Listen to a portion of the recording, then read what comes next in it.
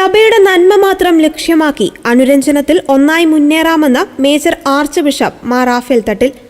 Zero Malabar സഭയുടെ 33ാമത് സിനഡിന്റെ ആദ്യ സമ്മേളനം സഭാ കാര്യാലയമായ മൗണ്ട് സെന്റ് തോമസിൽ ഉദ്ഘാടനം ചെയ്ത് സംസാരിക്കുകയായിരുന്നു മേജർ ആർച്ച് ബിഷപ്പ്. ദൈവത്തിരുമുമ്പിൽ കൂപ്പുകാരങ്ങളുമായി തികഞ്ഞ പ്രത്യാശയോടെ ഈ പുതുവർഷത്തെ വരവേൽക്കാമെന്നും വിശ്വാസത്തിന്റെ സാക്ഷികളായി ജീവിക്കാമെന്നും അദ്ദേഹം പറഞ്ഞു. അജപാലന ശുശ്രൂഷയ്ക്ക് ഭരമേൽപ്പിക്കപ്പെട്ടിരിക്കുന്നവരെ നന്മ നിറഞ്ഞ തീരുമാനങ്ങൾ കൊണ്ടും പ്രവർത്തനങ്ങൾ കൊണ്ടും മാതൃക നൽകുന്നവരും പ്രചോദിപ്പിക്കുന്നവരുമാകണമെന്നും മേജർ ആർച്ച് ബിഷപ്പ് കൂട്ടിച്ചേർത്തു. വ്യക്തി താൽപര്യങ്ങളും വിഭാഗീയതകളും മാറ്റിവെച്ച് കൂട്ടുത്തരവാദിത്തത്തോടെ ലക്ഷ്യം നേടാനായി കഠിനാധ്വാനം ചെയ്യാമെന്നും പ്രത്യാശയ്ക്ക് നടുവിലും സാഹോദര്യവും കൂട്ടായ്മയും നഷ്ടപ്പെടുത്താതെ സിനഡാലിറ്റിയുടെ ചൈതന്യത്തിൽ ഒരുമിച്ച് നടക്കുവാൻ സാധിക്കട്ടെയെന്നും മേജർ ആർച്ച് ബിഷപ്പ് പ്രത്യാശ പ്രകടിപ്പിച്ചു.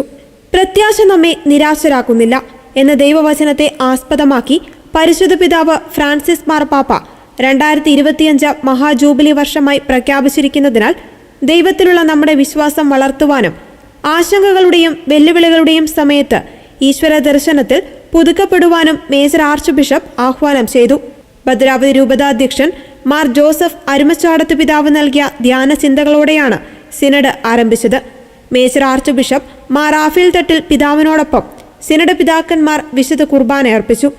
മാർ ജോർജ് കൂവക്കാട് പിതാവിനെ കർദിനാളായി ഉയർത്തിയതുവഴി ഫ്രാൻസിസ് മാർപ്പാപ്പ അദ്ദേഹത്തെ വ്യക്തിപരമായും സീറോ മലബാർ സഭയെ മുഴുവനായും ആദരിച്ചുവെന്നും മേജർ ആർച്ച് ബിഷപ്പ് അഭിപ്രായപ്പെട്ടു.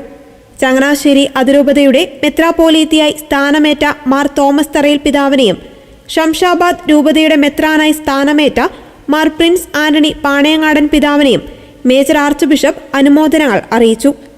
രജത ജൂബിലി നിറവിലായിരിക്കുന്ന ആദിലാബാദ് രൂപതയെയും മേൽപ്പെട്ട ശുശ്രൂഷയുടെ രജത ജൂബിലി ആഘോഷിക്കുന്ന മാർ ജോസഫ് കുന്നത്ത് പിതാവിനെയും പൗരോഹിത്യ സ്വീകരണത്തിന്റെ സുവർണ ജൂബിലി പൂർത്തിയാക്കിയ മാർ ജോസഫ് പെരുന്നോട്ടം പിതാവിനെയും രജത ജൂബിലി പൂർത്തിയാക്കിയ മാർ തോമസ് തറയിൽ പിതാവിനെയും മേജർ ആർച്ച് ബിഷപ്പ് ആശംസകൾ അറിയിച്ചു.